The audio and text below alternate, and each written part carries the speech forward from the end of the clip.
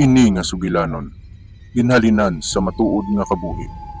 Isa ini ka eksperyensya ni Toto. Sang tuig 1963 sa San Jose, Antique. Natawo si Toto nga may mabugat gid nga balatian. Sang ginbunag siya, halos tulan na lang kag panit ang iya nga lawas.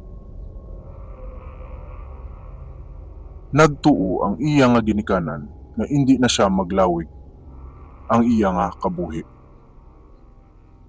Pero nagligad ang mga bulan kag nangin mga tuig kag buhi gyapon siya upod ang ila pamilya. Sang nagdako siya, hinay-hinay nga ginbaton sang iya nga pamilya ang iya nga kahimtangan. Hindi lahog ang iya nga sitwasyon. Balik ko ang iya mga batiis kag mga braso. Gani, halin pagkabata,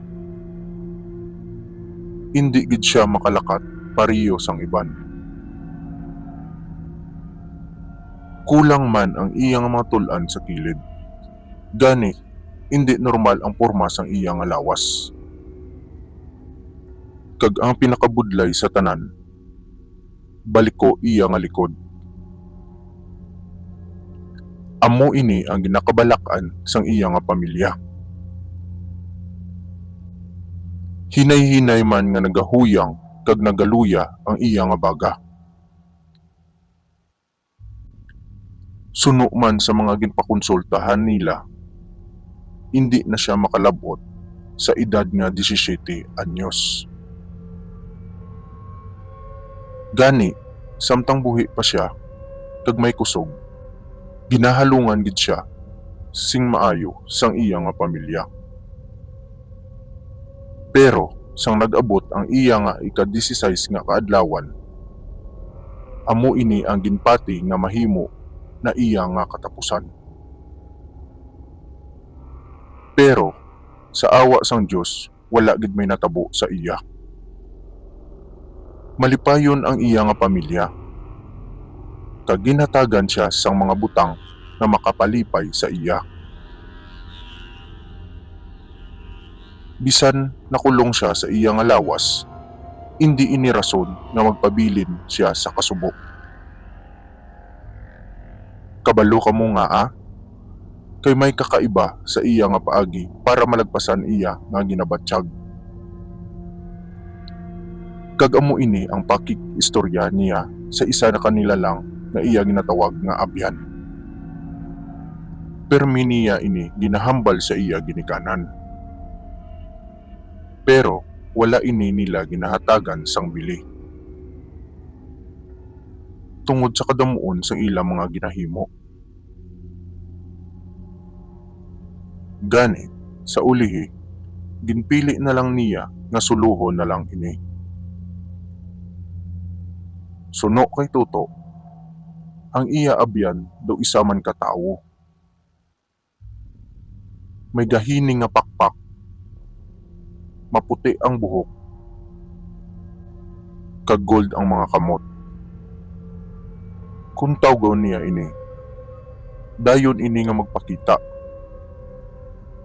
kag nagahatag sang laygay sa iya, kag nagapamayo sa iya nga buot.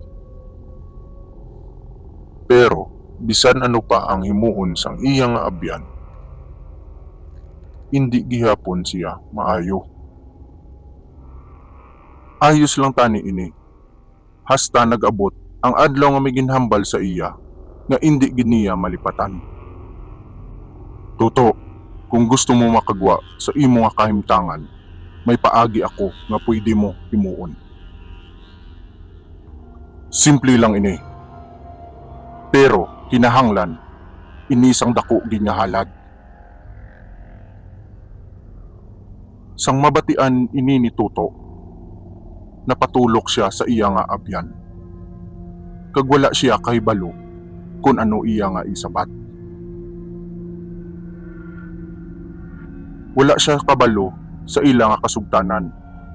Para sa iya, daw hindi man ini mahimo labi na gid bangod sa iya nga kahimtangan. Bangod wala man may nagabulig sa iya, kag indi man magpati ang iya nga pamilya, nagdesisyon siya na magsugot. Siling sang iya nga abyan, kinahanglan mo nga ihalad ang isa sa mga tao nga pinakapalangga mo. Sa oras nga madula siya, maepekto ang ginhambal ko sa imo. Mas malapit sa imo, mas dako ang tsansa nga maayo ka. Pagkahuman sini, nadula ang iya nga abyan. Sa pila ka adlaw, wala gid sang iban nga ginapaminsar si Toto, kundi inilang. Hasta sa ulihi, ginpili niya ang iya nga tatay. Ang tawo nga pinakalapit sa iya, kag nagaatipan sa iya adlaw-adlaw. Isa ka gabi, ginhimo niya ang hilo. Kag ginbuligan siya sang iya nga abyan. Sang masunod nga adlaw, nagpakuno-kuno siya na dugaantos sang kasakit. Sang nagpalapit ang iya nga tatay, ginpasimhot niya ini sang hilo. Wala magdugay, may nabatian siya nga naglinagapok. Ang iya tatay, wala na sang kabuhi. Paglabay sang isa ka bulan, nagbalik ang iya nga abyan. May dala nga itong nga garapon na may pula nga likido sa sulod. Kag nagsiling, "Inumon mo ini. Ini ang kabayaran sang imo nga halad." Sang gininom na ini ni Toto, nagsugod ang pagbago sa iya nga lawas. Sang masunod nga adlaw, nagmayo na siya. Nakatindog na siya kag nakalakat bisan wala sang bulig. Pero wala ini ginpati sang iya nga nanay. Ginpriso sa iya nga kwarto. Kag gintrangkahan ang portahan. Sang ikapito nga gabi, nakakita siya sang gamay nga buho sang ilaga. Bisa napilas siya ang iya nga lawas, ginpilit niya nga makalusot hasta makagwa siya. Nagligad ang mga adlaw, naglain na gid si Toto. Gutom siya sa unod sang tawo, labi na gid sa mga gabusong. Amuna nga gintawag na siya nga aswang.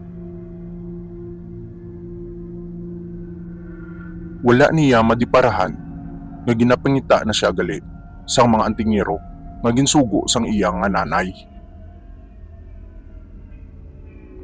Isa ka gabi, nadakpan siya, kag ginbalik sa ilang nga baryo. Isa ka tuig nga ginpriso, kag ginusisa ang iya nga kahimtangan. Sang ulihi, ginutdan siya sang ulo sa atubangan sang iya nga pamilya.